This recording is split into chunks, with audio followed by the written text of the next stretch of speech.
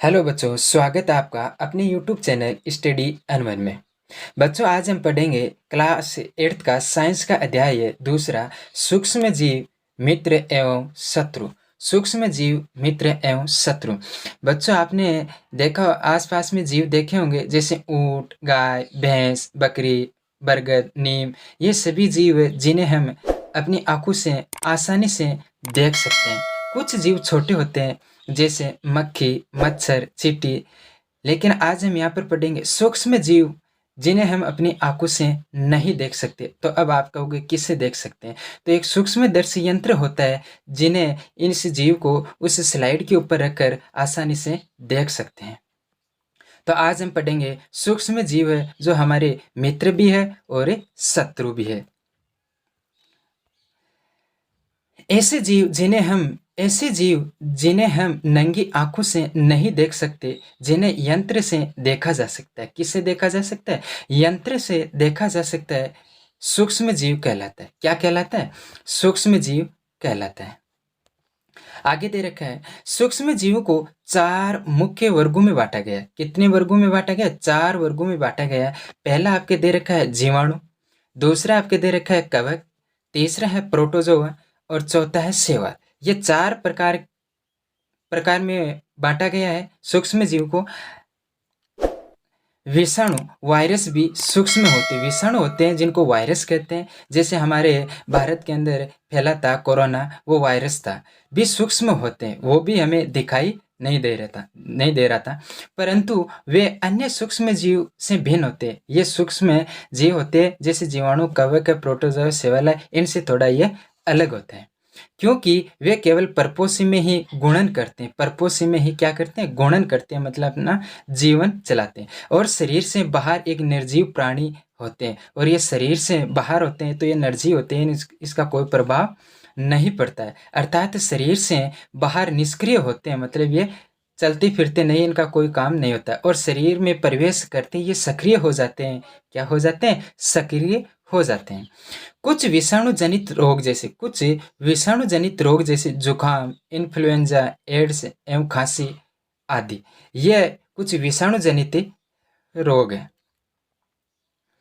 वे सूक्ष्म जीव जो हमारे लिए लाभजनक है, वे सूक्ष्म जीव जो हमारे लिए क्या है?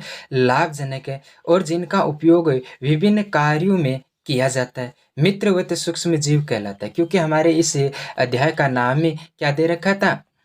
सूक्ष्म जीव जो मित्र भी होते हैं और शत्रु भी होते हैं, है ना? ये दोनों प्रकार के होते हैं। तो यहाँ पर देखो ये लाइन आ गई है, वे सूक्ष्म जीव जो हमारे लिए लाभजनक होते हैं और जिनका उपयोग विभिन्न कार्यों में किया जाता है, मित्रवत सूक्ष्म जीव कहलाते हैं या मित्र सूक्ष्म जीव कहलाते हैं।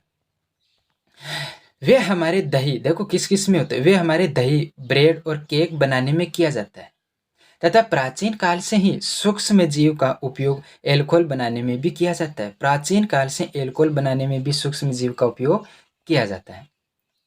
कुछ सूक्ष्म जीव मृदा की उर्वरकता में वृद्धि करते हैं। कुछ सूक्ष्म जीव होते हैं वो मृदा की उर्वरता, जो उनकी क्षमता होती है फसल को मतलब अच्छी बनाने में, उनमें भी इनकी काम में लेते हैं सूक्ष्म जीव को। लेक्टोबेसिलस जीवाणु दूध को दही में परिवर्तित करने वाले जीवाणु है, जो हमारे लिए लाभदायक है। ईस्ट के दौरान कार्बन डाइऑक्साइड गैस उत्पन्न करते हैं। किण्वन एक प्रक्रिया है जिसमें फलों के रसों से एल्कोहल या शराब बनाई जाती है। किण्वन एक प्रक्रिया है जिसमें फलों के रस से क्या बनाई जाती है? एल्कोहल या शराब बनाई जाती है। इसमें ईस्ट प्राकृतिक शर्करा को निम्नीकरण कर एल्कोहल में परिवर्तित कर देते हैं। ऐसी औषधि जो जीवाणु के वृद्धि को रोक देती है या उन्हें समूल नष्ट कर देती है, एंटीबायोटिक कहलाती है। क्या कहलाती है? एंटीबायोटिक कहलाती है। आगे दे रखा आपके पेनिसिलिन, स्ट्रेप्टोमाइसिन, टेट्रासाइक्लिन और इरिथ्रोमाइसिन आदि। सन 1929 में अलेक्जेंडर फ्लेमिंग ने पेनिसिलिन की खोज की थी। किसकी की थी? पेनिसिलिन की खोज की थी। कब की थी? 1929 के अंदर इसकी खोज की थी। आगे देखो, शिशु एवं बच्चों के शरीर में प्रतिरक्षी उत्पन्न करके रोगकारक सूक्ष्म जीव को नष्ट करने के लिए टीका लगाया जाता है।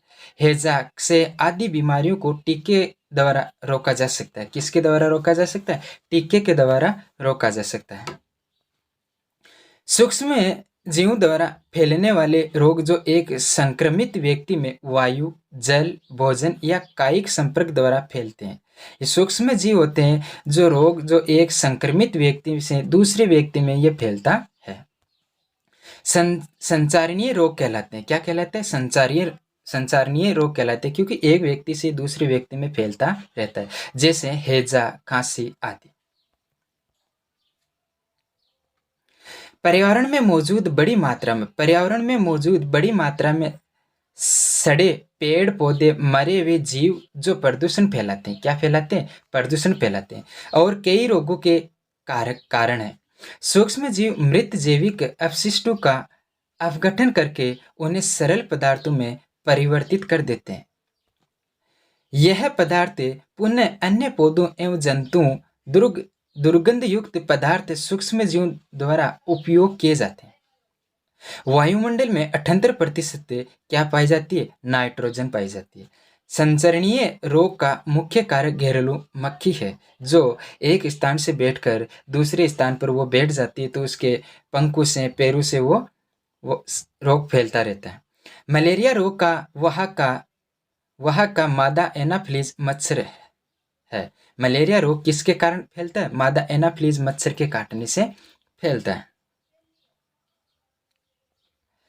ईस्ट कोशिकाओं की वृद्धि के कारण ब्रेड या इडली फूलते हैं। किसके कारण फूलते हैं? ईस्ट की कोशिकाओं की वृद्धि के कारण ब्रेड या इडली फूलते हैं। डेंगू के वायरस का वह का मादा एडिज मच्छर है। ये डेंगू किसके कारण फैलता है? ये मादा एडिज मच्छर के कारण फैलता है। नमक और खाद्य तेल जैसे रासायनिक पदार्थों का उपयोग सूक्ष्म जीवों की वृद्धि रोकने के लिए एवं लंबे समय तक सुरक्षित रखने के लिए सामान्य रूप से किया जाता है। किसका उपयोग किया जाता है? नमक और तेल का, जो खाद्य सामग्री होती है, उनका उपयोग लंबे समय तक रोकने के लिए किया जाता है। अतः इन्हें परिरक्षक कहते हैं। क्या कहते हैं? परिरक्षक कहते हैं, मतलब इनकी रक्षा करते हैं। दूध को 70 डिग्री सेल्सियस पर 15 से 30 सेकंड के लिए गर्म करते हैं, फिर एकाएक ठंडा कर उसे भंडारण कर लेते हैं। क्या कर लेते हैं? भंडारण कर लेते हैं। ऐसा करने से सूक्ष्म जीवों की वृद्धि क्या हो जाती है? रुक जाती है। इस प्रक्रिया को पाश्चरीकरण कहते हैं। क्या कहते हैं? पाश्चरीकरण कहते हैं। ऐसी औषधियां जो बीमारी पैदा करने वाले सूक्ष्म जीवों को नष्ट आकार देती है या उनकी वृद्धि को रोक देती है, प्रतिजैविक या एंटीबायोटिक कहलाती है। क्या कहलाती है? एंटीबायोटिक कहलाती है। प्रतिजैविक दवाइयाँ डॉक्टर की सलाह पर ही लेनी चाहिए। किसकी सलाह पर लेनी चाहिए? डॉक्टर की सलाह पर ही लेनी चाहिए और उनका कोर्स पूरा भी करना चाहिए, अन्यथा अगली बार आवश्यकता पड़ने पर प्रतिजैविक दवाइयाँ उतनी असरदार नहीं होगी। बच्चों, इस पाठ के जो अभ्यास प्रश्न है पाठ के, उनको सरल करेंगे, तो वीडियो को एंड तक जरूर देखना और ये आपके अच्छा समझ में आए तो अपने दोस्तों के पास शेयर करना और लाइक करना। सूक्ष्म जीव मित्र एवं शत्रु का पहला अभ्यास प्रश्न है, रिक्त स्थान की क्या करनी है? पूर्ति करनी है। पहला प्रश्न दे रखा है आपके यहाँ पर, सूक्ष्म जीव को, देखो यहाँ पर है, सूक्ष्म जीव को किस सहायता से देखा जा सकता है? किसकी सहायता से देखा जा सकता है? तो इसका आंसर है सूक्ष्मदर्शी की सहायता से देखा जा सकता है। दूसरा है नील हरे शैवाल वायु से का स्त्रीकरण करते हैं, जिससे मिट्टी की उर्वरता में क्या होती है? वृद्धि होती है। तो इसकी रिक्त स्थान में आएगा नाइट्रोजन का स्त्रीकरण करते हैं। किसका करते हैं? नाइट्रोजन का स्त्रीकरण करते हैं। तीसरी रिक्त स्थान है एल्कोहल का उत्पादन नामक सूक्ष्म जीव की सहायता से किया जाता है। किस सूक्ष्म जीव की सहायता से किया जाता है? तो इसका आंसर हो जाएगा ईस्ट नामक सूक्ष्म जीव की सहायता से किया जाता है। हैजा के द्वारा होता है। हैजा किसके द्वारा होता है? हैजा घरेलू मक्खी के कारण होता है। अगला प्रश्न दे रखा है आपके, सही शब्द के आगे राइट का निशान लगाना है, मतलब सही का निशान लगाना है। पहला दे रखा है, ईस्ट का उपयोग निम्न के उत्पादन में होता है, चीनी के, एल्कोहल के, हाइड्रोक्लोरिक अम्ल या ऑक्सीजन। तो इसका आंसर होगा एल्कोहल। ईस्ट का उपयोग निम्न के उत्पादन में होता है, एल्कोहल के उत्पादन में होता है। दूसरा दे रखा है, निम्न में से कौन सा प्रतिजैविक है? निम्न में से कौन सा प्रतिजैविक है? कौन सा प्रतिजैविक है? पहला देखा है सोडियम बाइकार्बोनेट, दूसरा है स्ट्रेप्टोमाइसिन, तीसरा एल्कोहल और चौथा है ईस्ट। तो इसका राइट आंसर हो जाएगा आपके स्ट्रेप्टोमाइसिन। सेकेंड, अगला प्रश्न दे रखा है आपके, मलेरिया परजीवी का वाहक। मलेरिया परजीवी का वाहक पहला है मादा एनाफ्लीज मच्छर, सेकंड है कॉकरोच, थर्ड है घरेलू मक्खी और फोर्थ है तितली। तो इसका राइट आंसर हो जाएगा मादा एनाफ्लीज मच्छर के काटने से मलेरिया रोग होता है। संचरणीय रोगों का सबसे मुख्य कारक है, संचरणीय रोगों का सबसे मुख्य कारक है चींटी, घरेलू मक्खी, ड्रैगन मक्खी, मकड़ी। तो इसका राइट आंसर होगा घरेलू मक्खी है। वो एक स्थान से बैठकर दूसरे स्थान पर बैठ जाती है, जिससे वो संचरणीय रोग फैल जाता है। ब्रेड अथवा इडली फूल जाती, इसका कारण है उष्णता, पीसना, इष्ट कोशिकाओं की वृद्धि, मांडने के कारण। तो इसका राइट आंसर हो जाएगा इष्ट कोशिकाओं की वृद्धि के कारण ब्रेड और इडली फूल जाती है। चीनी को एल्कोहल में परिवर्तित करने के प्रक्रम का नाम है। चीनी को एल्कोहल में परिवर्तित करने के प्रक्रम का नाम है नाइट्रोजन स्थिरीकरण, मोल्डिंग, किण्वन, संक्रमण। तो इसका राइट आंसर हो जाएगा किण्वन। अगला आपके तीसरा प्रश्न दे रखा है मिलान वाला। कॉलम ए का कॉलम सेकंड से क्या करना है? मिलान करना है। यहाँ पर कॉलम ए दे रखा है जीवाणु, राइजोबियम, लैक्टोबैसिलस, ईस्ट, एक प्रोटोजोआ, एक विषाणु। इधर यहाँ पर दे रखा है आपको नाइट्रोजन स्थिरीकरण, दही का जमना, ब्रेड की बेकिंग, मलेरिया का कारक, हैजा का कारक, एड्स का कारक, प्रतिजैविक उत्पत्ति। तो इसका मिलान हो जाएगा जीवाणु। जीवाणु का हो जाएगा किससे होता है? हैजा का कारक है, जीवाणु हैजा का कारक। दूसरा यहाँ पर दे रखा है राइजोबियम। राइजोबियम होता है नाइट्रोजन स्थिरीकरण के लिए। तीसरा है लैक्टोबैसिलस, तो दही का जमना लैक्टोबैसिलस के कारण होता है। ईस्ट यहाँ पर ईस्ट का हो जाएगा ब्रेड की ब्रेक के मतलब उसका फुलाना। एक प्रोटोजोआ मलेरिया का कारक, मलेरिया का कारक एक प्रोटोजोआ। एक विषाणु प्रतिजैविक उत्पादित करना। यहाँ पर एक ये सेकंड दे रखा है, एक विषाणु एड्स का कारक। चौथा प्रश्न दे रखा है आपके, क्या सूक्ष्म जीव बिना यंत्र की सहायता से देखे जा सकते हैं? यदि नहीं तो वे कैसे देखे जा सकते हैं? सूक्ष्म जीव बिना यंत्र की सहायता से देखे नहीं जा सकते, जो हमने ऊपर पढ़ा था। इनको देखने के लिए किसका उपयोग किया जाता है? सूक्ष्मदर्शी का उपयोग किया जाता है। पांचवा प्रश्न दे रखा है, सूक्ष्म जीव के मुख्य वर्ग कौन कौन से? सूक्ष्म जीव के मुख्य वर्ग कौन कौन से? बैक्टीरिया, कवक या फंजाई, शैवाल, प्रोटोजोआ। ये सूक्ष्म जीव के मुख्य वर्ग है। वायुमंडलीय नाइट्रोजन का मिट्टी में स्थिरीकरण करने वाले सूक्ष्म जीवों के नाम लिखिए। वायुमंडलीय नाइट्रोजन का मिट्टी में स्थिरीकरण करने वाले सूक्ष्म जीवों का नाम है राइजोबियम, नील हरे शैवाल। राइजोबियम, नील हरे शैवाल। बच्चों, वीडियो अच्छा लगे तो चैनल को सब्सक्राइब और वीडियो को लाइक करना और अपने प्यारे दोस्तों के पास शेयर करना। हमारे जीवन में उपयोगी सूक्ष्म जीवों के बारे में 10 पंक्तियां लिखिए। कितनी पंक्तियां लिखनी है? 10 पंक्तियां लिखनी है। बहुत से ऐसे सूक्ष्म जीव जो हमारे जीवन में हमारे लिए उपयोगी है। पहला यहाँ पर दे रखा है लैक्टोबैसिलस, एक ऐसा सूक्ष्म जीव है जो दूध से दही बनाने में उपयोगी है। दूसरा यहाँ पर दे रखा है ईस्ट, एक कवक प्रजाति का सूक्ष्म जीव है जिसका उपयोग ब्रेड एवं केक बनाने में किया जाता है। तीसरा यहाँ पर पॉइंट है, ईस्ट का उपयोग प्राचीन काल से ही एल्कोहल बनाने में भी किया जाता है। क्या बनाने में किया जाता है? एल्कोहल बनाने में भी किया जाता है। चौथा यहाँ पर है, राइजोबियम नामक जीवाणु जो वायुमंडलीय नाइट्रोजन का मिट्टी में क्या कर देता है? स्थिरीकरण कर देता है राइजोबियम।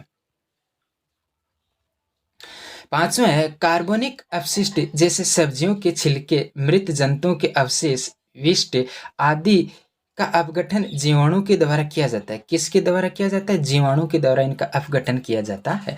छठवां पॉइंट दे रखा है, जीवाणु का उपयोग औषधि उत्पादन एवं कृषि में मृदा की उर्वरता में वृद्धि करने में किया जाता है, जिससे नाइट्रोजन स्थिरीकरण होता है। क्या होता है? नाइट्रोजन स्थिरीकरण होता है। सातवां पॉइंट दे रखा है आपके, स्ट्रेप्टोमाइसिन, टेट्रासाइक्लिन और एरिथ्रोमाइसिन सामान्य रूप से उपयोग की जाने वाली प्रतिजैविक है, जिन्हें कवक एवं जीवाणु से उत्पादित किया जाता है। क्या किया जाता है? उत्पादित किया जाता है। आठवां दे रखा है, पेनिसिलम नामक फफूंद से पेनिसिलिन नाम का एंटीबायोटिक बनाई जाती है। नौवां दे रखा है, पशु आहार एवं वुपकवुप्ट आहार में भी प्रतिजैविक मिलाए जाते हैं। क्या मिलाए जाते हैं? प्रतिजैविक मिलाए जाते हैं, जिसका उपयोग पशुओं में सूक्ष्म जीवों का संचरण रोकता है। 10वां पॉइंट दे रखा है आपके, प्रतिजैविक का उपयोग कुछ पौधों के रोग नियंत्रण के लिए भी किया जाता है। वैक्सीन के माध्यम से कुछ सूक्ष्म जीवों को शरीर में प्रतिरक्षा तंत्र को मजबूत बनाने के लिए किया जाता है, जिससे पोलियो से चेचक तथा हेपेटाइटिस आदि का वैक्सीन बनाया जाता है। 8वां प्रश्न दे रखा है, सूक्ष्म जीवों द्वारा होने वाली हानियों का विवरण कीजिए। सूक्ष्म जीवों द्वारा होने वाली हानियों का विवरण कीजिए। सूक्ष्म जीव से होने वाली हानियां निम्नलिखित है। पहला पॉइंट दे रखा है, कुछ सूक्ष्म जीव मनुष्य, जंतुओं एवं पौधों में रोग उत्पन्न करते हैं। क्या करते हैं? रोग उत्पन्न करते हैं। दूसरा पॉइंट है, कुछ सूक्ष्म जीव भोजन, कपड़े एवं चमड़े की वस्तुओं को संदूषित मतलब प्रदूषित कर देते हैं। तीसरा पॉइंट है, संक्रमण होने पर ये सूक्ष्म जीव तेजी से फैलते हैं और दूसरे मनुष्य या जीवों में भी रोग पैदा करते हैं। चौथा है, मादा एनाफिलीज और एडिज मच्छर कुछ परजीवी जैसे प्लेज्मोडियम एवं डेंगू के वायरस का वाहक है। इन जीवों से मलेरिया एवं डेंगू हो जाता है। पांचवा, एंथ्रेक्स मनुष्य एवं मवेशियों में होने वाला भयानक रोग है, जो जीवाणु द्वारा होता है। गाय में खुर एवं मुंह का रोग वायरस द्वारा होता है। छठा दे रखा है, अनेक सूक्ष्म जीव गेहूं, चावल, आलू, गन्ना, संतरा, सेब इत्यादि पौधों में रोग के कारक है। रोग के कारण फसल की उपज में भी क्या आ जाती है? कमी आ जाती है। सातवां दे रखा है, हमारे शरीर में उत्पन्न होने वाले सूक्ष्म जीव कभी कभी विषैले पदार्थ उत्पन्न करते हैं। यह भोजन को विषाक्त बना देते हैं। तो ये हो गए सूक्ष्म जीवों द्वारा होने वाली हानियां। अगला प्रश्न दे रखा आपके 9वां, प्रतिजैविक क्या है? प्रतिजैविक क्या है? प्रतिजैविक लेते समय कौन सी सावधानियां बरतनी या रखनी चाहिए? ऐसी औषधियां हैं जो बीमारी पैदा करने वाले सूक्ष्म जीवों को नष्ट कर देती है या उनकी वृद्धि को रोक देती है। प्रतिजैविक या एंटीबायोटिक कहलाती है। प्रतिजैविक या एंटीबायोटिक कहलाती है। प्रतिजैविक दवाइयाँ डॉक्टर की सलाह पर ही लेनी चाहिए और उनका कोर्स पूरा भी करना चाहिए, अन्यथा अगली बार आवश्यकता पड़ने पर प्रतिजैविक दवाइयाँ उतनी असरदार नहीं होगी। बच्चों, वीडियो अच्छा लगे तो वीडियो को लाइक और अपने दोस्तों के पास शेयर करना। Thank you.